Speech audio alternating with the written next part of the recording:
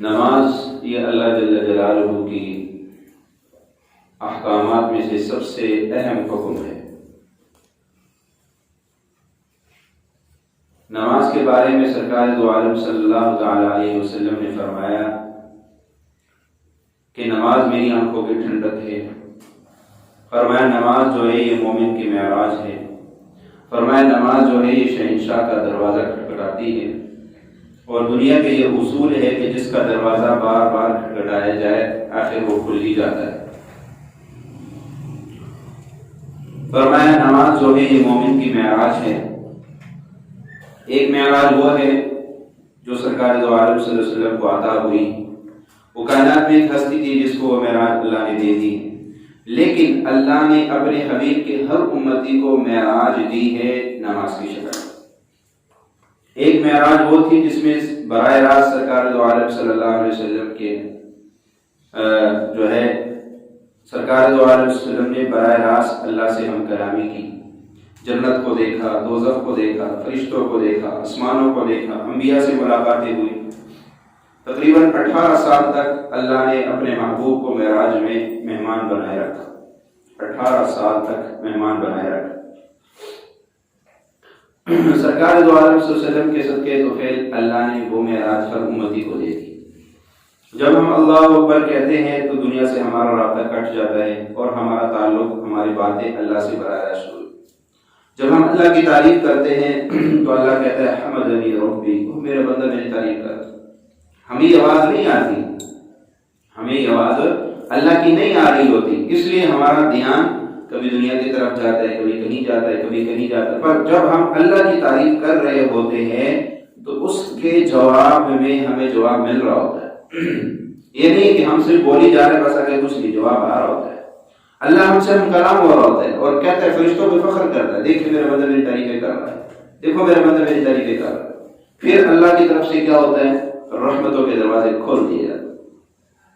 اور فرمایا کہ جبریل امین فرشتہ کہتا ہے کہ ساری دنیا پہ بارش ہو، لگاتار 7 دن تک بارش ہوتی رہے، لگاتار 7 دن تک بارش ہوتی رہے، تو میں ایک ایک قطرہ گن کے بتا سکتا ہوں کہ کتنے قطرے گرے ہیں ان 7 دنوں۔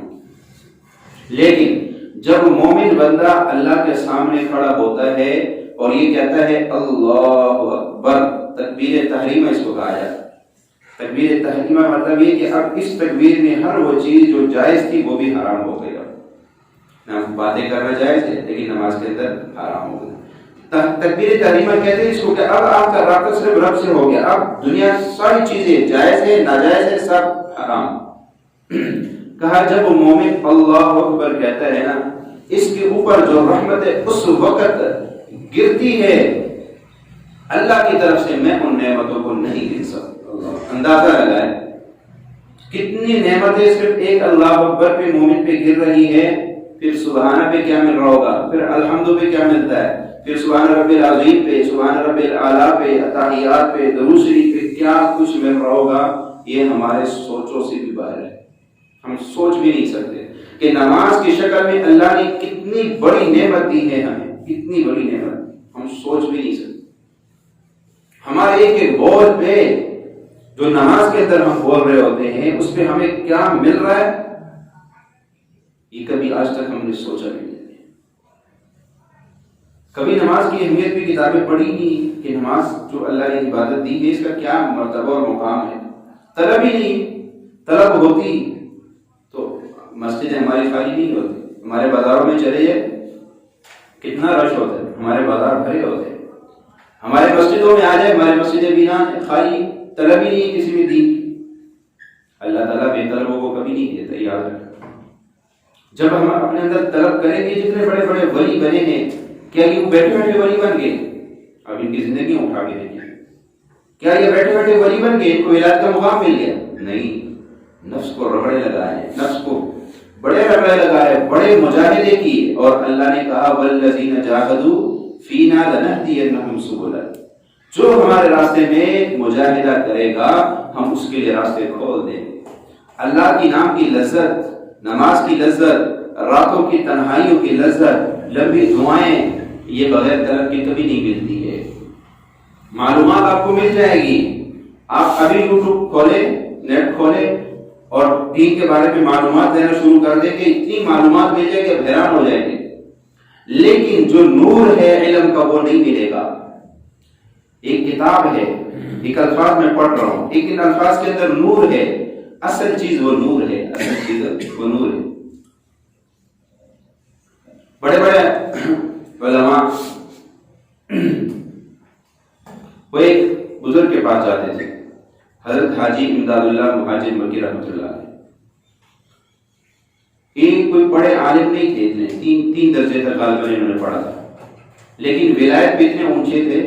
پیر مہر علی شاہ صاحب رحمۃ اللہ علیہ کا نام آپ سب نے سنا ہوگا. یہ پیر مہر علی شاہ صاحب کے مرشد تھے. حاجی امداد اللہ مہاجر مکی پیر مہر علی شاہ صاحب رحمۃ اللہ علیہ کے مرشد تھے. اور مزے کی بات، دارالعلوم دیوبند کے بانی جنہوں نے دارالعلوم دیوبند کی بنیاد رکھی، مولانا قاسم نانوتوی، مولانا رشید احمد گنگوئی، یہ پیر مہر علی شاہ صاحب کے پیر بھائی تھے. پیر مہر علی شاہ صاحب کے پیر بھائی تھے. ایک کتاب ہے پیر مہر علی شاہ صاحب کی، شمشیر اس کا نام ہے، ضرب شمشیر. اس کے صفحہ نمبر 50 اور 51 پہ یہ لکھا ہوا ہے کہ ایک شخص نے کہا، یہ جو قاسم نانوتوی، رشید احمد گنگوئی، کئی علماء کے نام ذکر کی، شاہ اسماعیل شہید رحمۃ اللہ علیہ بھی ان میں تھے. فرمایا یہ کافر ہے، جو ان کو کافر نہیں مانے گا وہ بھی کافر ہے. جب پیر مہر علی شاہ صاحب رحمۃ اللہ علیہ کے پاس یہ فتویٰ آیا، یہ کتاب انہی کی کتب خانے کی، میں کوئی اپنی طرف سے حوالہ نہیں دے رہا ہوں، آپ ان کی کتاب اٹھائے. صفحہ نمبر میں بتا دیتا ہوں، کتاب کا نام میں نے بتایا ضرب شمشیر اس کا نام ہے. صفحہ 50 اور 51 کے اندر یہ بات لکھی ہوئی ہے. پیر مہر علی شاہ صاحب کے جب یہ فتویٰ آیا تو پیر مہر علی شاہ صاحب نے فرمایا کہ اگر دنیا میں یہ مسلمان نہیں ہے تو پھر دنیا میں کوئی مسلمان ہے ہی نہیں، کہ اگر یہ مسلمان نہیں تو دنیا میں کوئی بھی مسلمان نہیں. پھر فرمایا میرا فتویٰ یہ ہے، جو ان کو کافر کہے گا اس کے پیچھے نماز جائز ہے. یہ رواداری ہے. ہمارے مولوی میں سب سے بڑی غلطی یہ ہے نا کہ ہم ممبر پہ بیٹھ کے وہ بات تو بتاتے ہیں جس کے اندر سے تفرقہ پھیلے، فساد پھیلے، انتشار ہے، لیکن وہ باتیں نہیں بتاتے ہیں کہ جس میں محبت ہو. جس میں محبت ہو وہ چیزیں ہم امت کے سامنے نہیں رکھتے. اس لیے پھر امت بڑھ رہی ہے صرف اپنی دکانداری کو بچانے کے لیے. اگر یہ میرا مرید ہے، میں نے اس کو فلاں کی تعریف کی تو اس کے پاس چلا جائے گا، میرے نذرانے میرے شکرانے تو بند. صرف اپنی دکانداری کے لیے بچانے کے لیے ہم رواداری، بڑوں میں کیا پیار تھا، کیا محبت تھی، ہم وہ نہیں بتاتے. اہل حدیث جن کو ہم وہابی کہتے ہیں، ان کے بڑے بڑے علماء وید بھی تھے، تصوف میں بھی تھے، سارا یہ کرتے تھے، لیکن وہ باتیں آج نہیں بتائے جاتے. آج کیا بتایا جاتا ہے؟ یہ تو شرک ہے، یہ تو بدعت ہے. حالانکہ بڑے تو یہ سارا کچھ کرتے آ رہے تھے. اگر شرک اور بدعت ہے تو پھر آپ کے بڑے بھی تو مشرک اور بدعتی ہوتے. مطلب یہ ہے کہ ہمارے سب سے بڑی غلطی ممبر و محراب والوں کی یہ ہے کہ ہم وہ باتیں امت کے سامنے رکھتے نہیں جو ہمارے بڑے ہیں. ایک بہت بڑے پیر گزرے ہیں گدی نشین، شیر محمد شرف پور شہر والے، بہت اللہ والے، بہت کامل بزرگ تھے. تو ان کے پاس ایک دیوبندی عالم آتا تھا، حضرت انور شاہ، سید انور شاہ کشمیر رحمۃ اللہ علیہ، دیوبند سے آتا تھا ان کے پاس اور فرماتا تھا حضرت میں تبکی لینے کے لیے آپ کے پاس. حالانکہ یہ بریلوی مسند نشین، وہ دیوبندی، وہ اس کے پاس آ کے کہتے تھے حضرت مجھے تبکی دے، آپ مجھے تبکی دے، میں آپ سے تبکی لینے آیا ہوں. اور فرمایا حضرت کا یہ حال تھا، کوئی وزیر بھی آ جاتا، کوئی بادشاہ تو اپنے مسند سے کھڑے نہیں ہوتے کسی کے لیے، جتنا ان کا جلال اور روب تھا کھڑے نہیں ہوتے تھے کسی کے لیے. بادشاہ ہے، وزیر ہے، جو ہے سامنے قدموں میں بیٹھ. لیکن جب یہ انور شاہ دیوبندی عالم آتا تھا یہ اٹھ کے گلے ملتے تھے. پھر جاتے ہوئے تانگے کے اسٹیشن جہاں بیٹھنا تھا وہاں تک چھوڑ کے آتے تھے، وہاں تک چھوڑ کے. اب بڑے تو ایسے پیار کر رہے اور ہم چھوٹے کیا کر رہے، ہم کیا کر رہے، تو کافر تو کافر، اس کے پیچھے نماز نہ پڑھ، وہ کافر وہ کافر. یہ چیزیں بھیا تو پھر اپنے بڑوں پہ انکار کرو کہ وہ غلط تھے، وہ جو کر رہے تھے وہ غلط تھے، ہم ٹھیک کر رہے، پھر تو چلو ہم مان لیتے. لیکن جب بڑوں کا نام استعمال کر کے امت کو گمراہ کرنے کی کوشش تو نہ کی جائے. یہ رواداریاں ہیں. دیوبندی بڑے بڑے علماء، بریلوی بڑے بڑے علماء، اہل حدیث بڑے بڑے علماء آپس میں کتنا پیار کرتے تھے. اختلاف کے باوجود کبھی دوسرے کو گالی نہیں دی، اختلاف کے باوجود کبھی دوسرے کو کافر نہیں کہا. اور اگر آپ نے حوالے دیکھنے ہو تو کبھی میرے پاس آئی، میں آپ کو ہزاروں حوالے دکھا دوں، میرے پاس کتابیں موجود ہیں، میرے پاس کتابیں موجود ہیں. لیکن بات یہ ہے کہ جو اچھی باتیں وہ ہم امت کو بتاتے نہیں ہیں، جس سے لوگوں کو فائدہ۔ میرے مرشد کہتے ہیں کہ تمہارے پاس جب لوگ آتے ہیں ان کو کچھ دے کے جاؤ، ان کے دلوں میں نفرت ڈال کے بھیج دی، کیا فائدہ ہو اس کا؟ ان کے دلوں میں ان کو کچھ دے کے جاؤ تاکہ وہ زندگی میں کچھ لے کے جائے۔ تو بات اصل میں چل رہی تھی طلب کے اوپر کہ جس کے اندر طلب ہوگی اس کو ملے گا۔ معلومات آپ نے لینی ہے، آپ قرآن کا ترجمہ پڑھ لیں، آپ علم، آپ کے پاس معلومات آئیں گی۔ اگر وہ جو میں اصل بات کر رہا تھا، حاجی امداد اللہ مہاجر مکی جو پیر محر علی شاہ صاحب کے پیر محر علی شاہ صاحب کے مرشد تھے، اور یہ دیوبند کے کچھ علماء بھی ان سے بیعت تھے، تو ان سے کسی نے کہا کہ یار وہ جو ہے وہ تو مطلب عالم نہیں ہے، اور تم اتنے بڑے بڑے عالم ہو کہ اس کے پاس جاتے ہو، یہ کیا وجہ ہے، اس کے پاس کیا لینے جاتے ہو؟ تو انہوں نے بہت زبردست جواب دیا۔ مولانا رشید صاحب نے فرمایا کہ ہماری مثال وہ ہے کہ ہم مٹھائی بنانا جانتے ہیں، ہمیں پتہ ہے برفی کیسے بنانی ہے، گلاب جامن کیسے بنانا ہے، کتنا میٹھا رکھنا ہے، کیا کیا ڈالنا ہے، جو بھی یہ ہم سارا جانتے ہیں۔ ہم سے کوئی پوچھے، یعنی مثال دی ہے۔ فرمایا اگر ہمیں کوئی کہے جی ہمیں گلاب جامن کھلاؤ، ہمیں برفی کھلاؤ، تو ہمارے پاس نہیں، ہم نہیں کھلا سکتے، ہاں ہم طریقہ بتا سکتے ہیں۔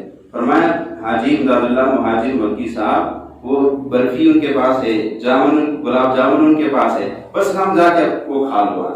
یعنی مطلب یہ کہ علم تو ہمارے پاس ہے، اس علم کا جو نور ہے وہ اولیاء کی سینوں میں ہے، ہم اس کو لینے جا رہے ہیں۔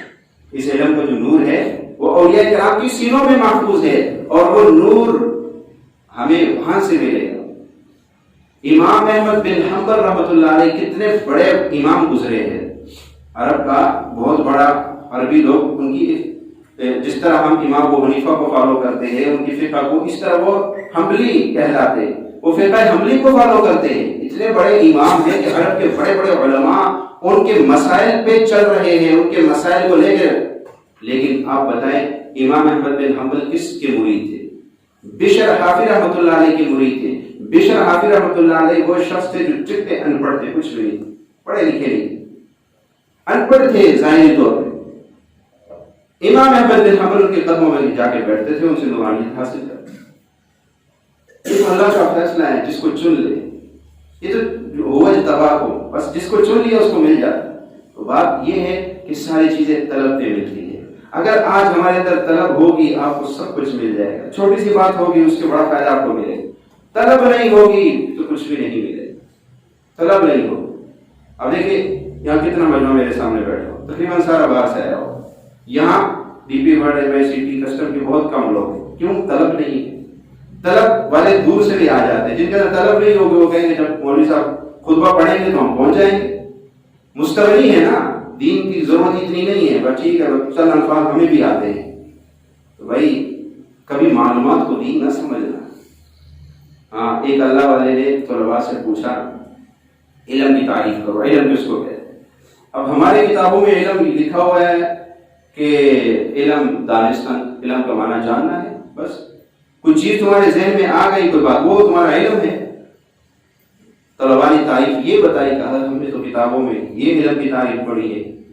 فرمایا نہیں، یہ تو علم کی تعریف نہیں ہے۔ تو کہا پھر ہم علم کی تعریف کیا ہے؟ ساری زندگی تو آپ ہمیں یہ پڑھاتے رہے، آج کہتے ہیں علم کی تعریف۔ فرمایا نہیں، پھر سمجھے نہیں، وہ تو کتابی تعریف ہے۔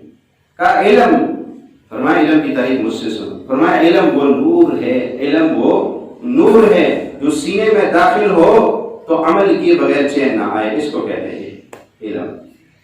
باقی تو معلومات ہے ساری، باقی تو علم نہیں ہے۔ علم وہ نور ہے جو تمہارے سینے میں داخل ہو جائے اور تمہیں بغیر عمل کے چین نہ آئے کہ میرے اس پر عمل کیوں نہیں ہو رہا ہے۔ ایک حدیث تم نے سن لی، قرآن کی ایک آیات سن لی اور اس پہ عمل کی تڑپ پیدا ہو گئی، سمجھو تمہیں علم مل رہا ہے۔ اگر صرف معلومات کے حد تک ہے وہ علم نہیں ہے، وہ معلومات ہی رہے۔